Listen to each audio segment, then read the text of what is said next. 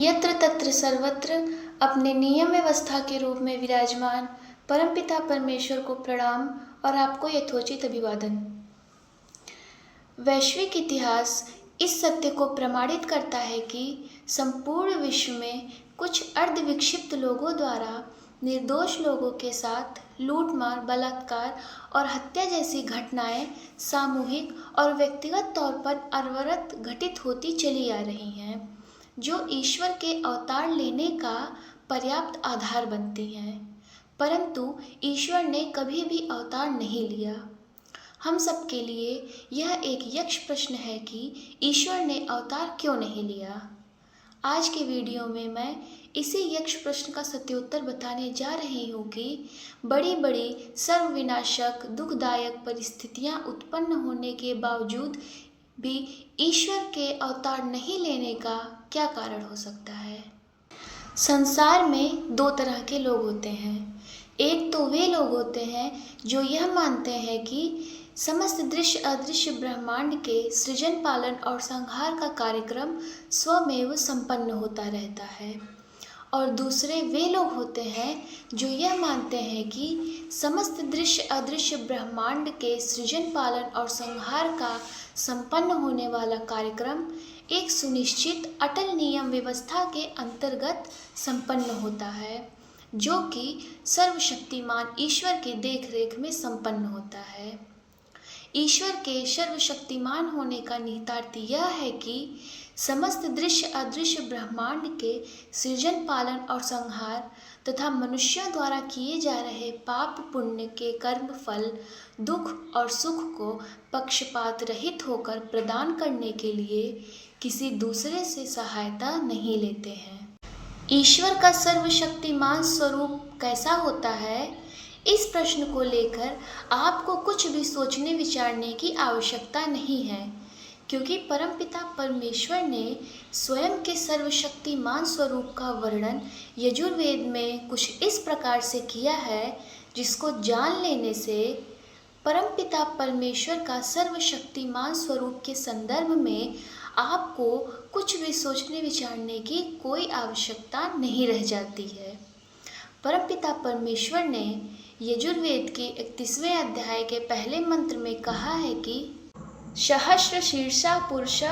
सहस्राक्ष सहस्रपात स भूमिम सर्वत स्पृत्वा अत्यतिष्ठत दशांगुलम। अर्थात, हे मनुष्यों, मेरे पास हजारों सिर हैं, हजारों आँख हैं, हजारों पैर हैं। यह समस्त दृश्य अदृश्य ब्रह्मांड को मैं चारों तरफ से घेरे हुआ हूँ,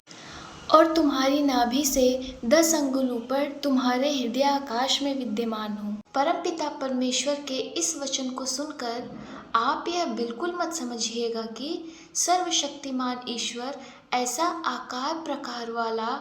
मनुष्य या पशु पक्षी है जिसके पास हजारों सिर, हजारों आँख, हजारों कान, हजारों हाथ, हजारों मुंह आदि हैं। परमपिता परमेश्वर के इस वचन का निहितार्थ आदि आपने कुछ ऐसा वैसा समझा तो फिर ईश्वर के सर्वशक्तिमान स्वरूप का सत्यार्थ आप कभी भी नहीं समझ पाएंगे, क्योंकि जब आप ईश्वर को हजारों सिर वाला कोई मनुष्य, पशु, पक्षी के आकार प्रकार में देखेंगे तो मंत्र के दूसरे भाग से इसकी कोई भी संगति नहीं बैठ पाएगी, जिसमें परमपिता परमेश्वर कहते हैं कि वे मनुष्यों के नाभि के 10 अंगुल ऊपर हृदय आकाश में विद्यमान है।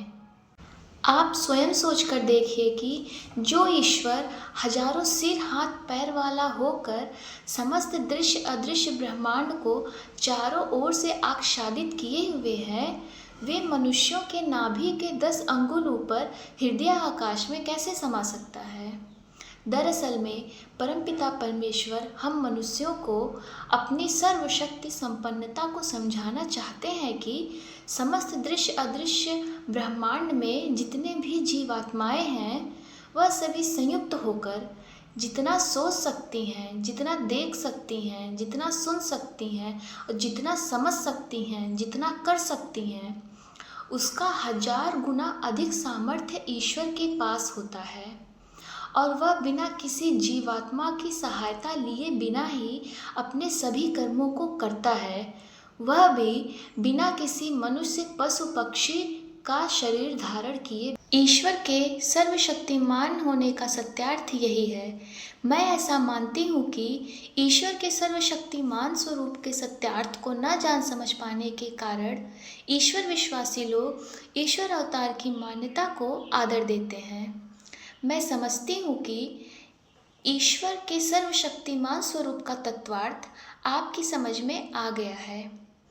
और आप यह भी समझ गए हैं कि समस्त दृश्य अदृश्य ब्रह्मांड के सृजन पालन और संहार का कर्म हो अथवा पृथ्वी लोक में मनुष्यों द्वारा किए जा रहे हर प्रकार के पापाचार से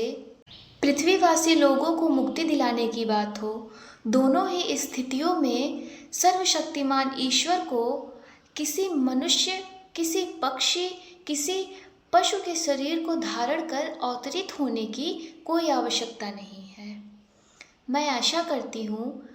ईश्वर अवतार विषयक आज की चर्चा से आपको यह समझ में आ गया होगा कि सर्वशक्तिमान ईश्वर अवतार क्यों नहीं ले सकता।